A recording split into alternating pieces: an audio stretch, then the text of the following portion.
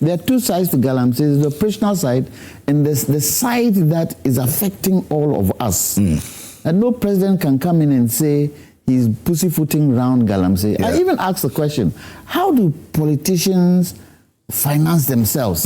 They should tell us. Electoral Commission has a duty to ask those questions. How do they finance themselves? Yesterday, I asked one MP, I don't want to mention his name, when I was on GTV, and we were talking about Galamsey. I asked him, so, Honorable, how do you finance your campaigns? He was quiet.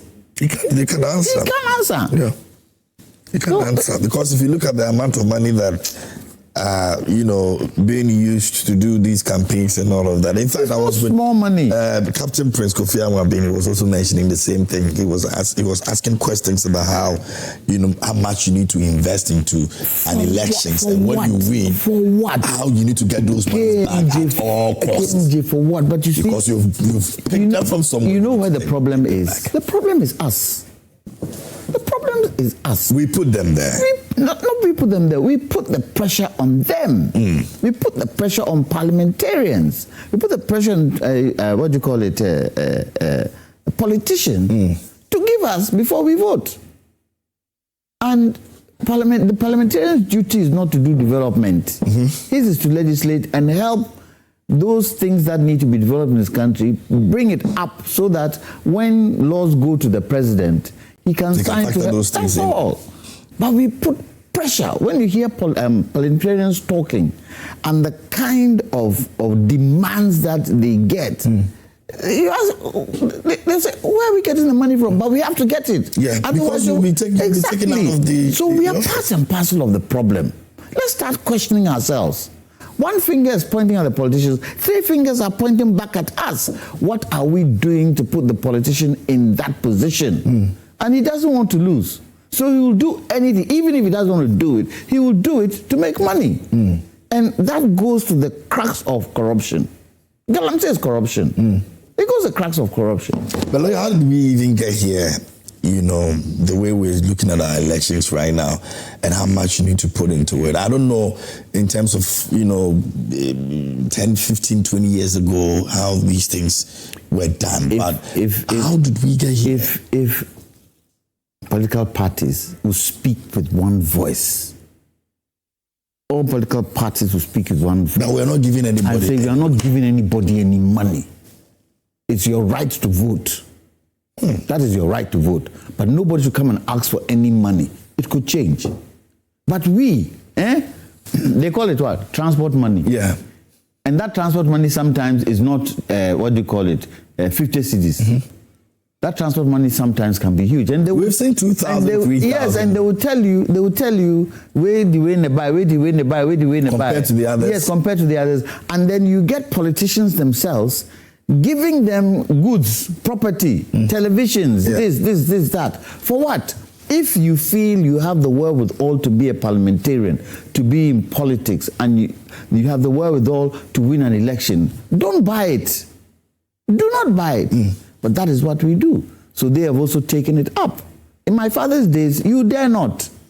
You dare not. That's what I'm asking. It was clean. Why did we, push ourselves to materialism came in, and it is linked to the World Bank thing they're saying today. That 56.4% of people are poor. No jobs. No jobs. People need to eat, and people see the nice things, and people see politicians, and this is why I was dead against the motor rider in front of ministers when President Akufo-Addo agreed for it to happen. Are we not all Ghanaians? Don't we put the politicians there? Yeah. Why should they feel better than us? Why? If you have an appointment, leave home early. Am I not here? Yeah. You know what time I woke up? Because I need to be here at a certain time.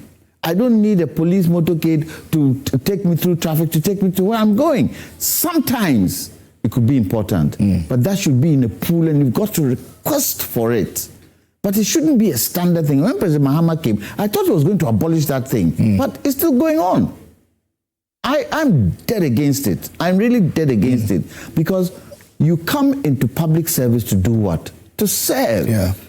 And you've got to serve with discipline. You've got to serve with discipline. When you go to other countries, parliamentarians and politicians are in the same traffic as everybody.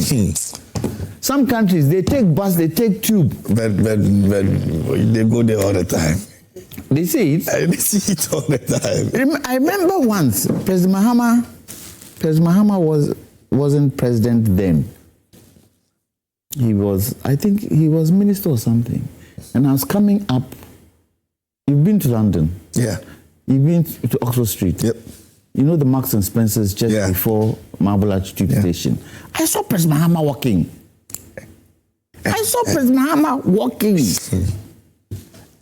He had no bodyguard. He could have had some bodyguards around, but I wouldn't see them. He was walking. He was going into Marks and Spencer. Free life for everybody. Free life for everybody. What is so different in Africa that we need to do these things? Why? It's the lies and the corruption. And you see, once they are no more in office, then they come back to normal, and they become. And they're comfortable. Some are, some aren't. Whoa. Some are, some aren't.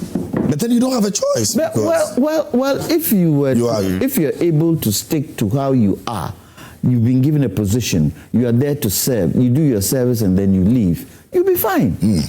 The other thing is that a lot of politicians that come into power or come into the political scene, some of them do not have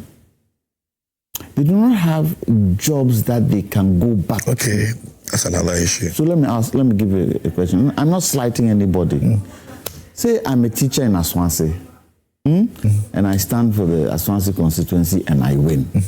I was a teacher, and then my party doesn't come back in the next 4 years. Will I go back to teaching? I won't. You won't. I won't. You're already on the political trail. Exactly. So because of that, sometimes I will try as much as possible to amass as much money as I can, because I know if my party doesn't win, you still have to have life going on. And how do I handle that? Yeah. How do I handle that? You find dubious means to make more. Yes, these are some of the things we need to look at and talk about. And Galamsey isn't a way out of that. You see, unfortunately in Ghana, we want shortcut quickly. So even if you say your motorbikes on the road, shortcut. Yeah. They can't wait for the traffic light to change. They are going. So it is not only the politician. The politician is part of the population. When they are voted for, they go there. They are not different from all of us. It is an endemic problem with us Ghanaians, and we've got to be able to resolve that mindset. Interestingly, Master Planner has come. I don't know whether to call this a rebuttal or an opinion, but he says, as for telling President Mahama to deal with Galamsey, it is nothing new. He told President Nana to say, please, I'm talking about his health tidbits and the fire and the passion he uses to say it like a medical doctor. He should do it like he used to do. Please. Now he doesn't talk about dialysis and kidney issues and how people are suffering. Okay, what was that referred to? That bit I talked about.